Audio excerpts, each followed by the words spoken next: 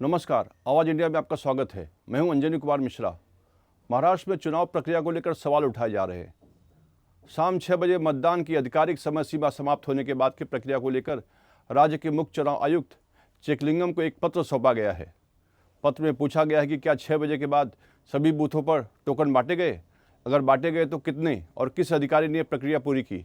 इसके साथ ही हर मतदान केंद्र पर वीडियो रिकॉर्डिंग की गई है या नहीं, इसकी भी जानकारी मांगी गई है।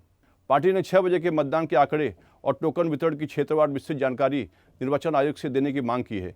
मुख्य चुनाव आयुक्त से अपेक्षा है कि वे जल्द से जल्द इस पर स्थिति स्पष्ट करेंगे।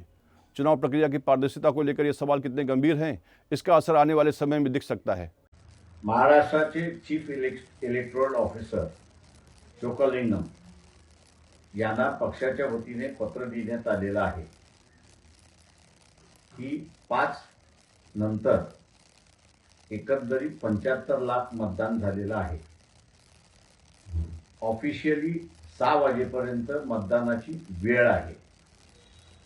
6 नंतर प्रत्येक बूथवरती विधानसभा मतदारसंघ वाईज टोकन वाटण्यात आले का, ते वाटण्यात आले असतील तर किती वाटण्यात आले, ते प्रत्येक मतदारसंघात किती वाटण्यात आले त्याची आकडेवारी आम्ही असताना त्या ठिकाणी मागितलेली आहे।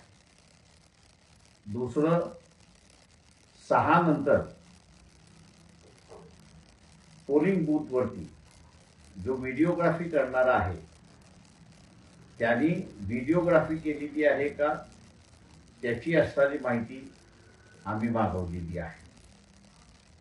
तिसरी गोष्ट त्या ठिकाणी की हे टोकन जे आहेत 6 नंतर वाटप करण्याचे कुठल्या अधिकाऱ्याने केले त्याची माहिती आम्ही मागवलेली आहे। आम्ही अपेक्षा धरतोय की चोक्कलिंगम ही आम्हाला माहिती लवकरात लवकर पुरवतील।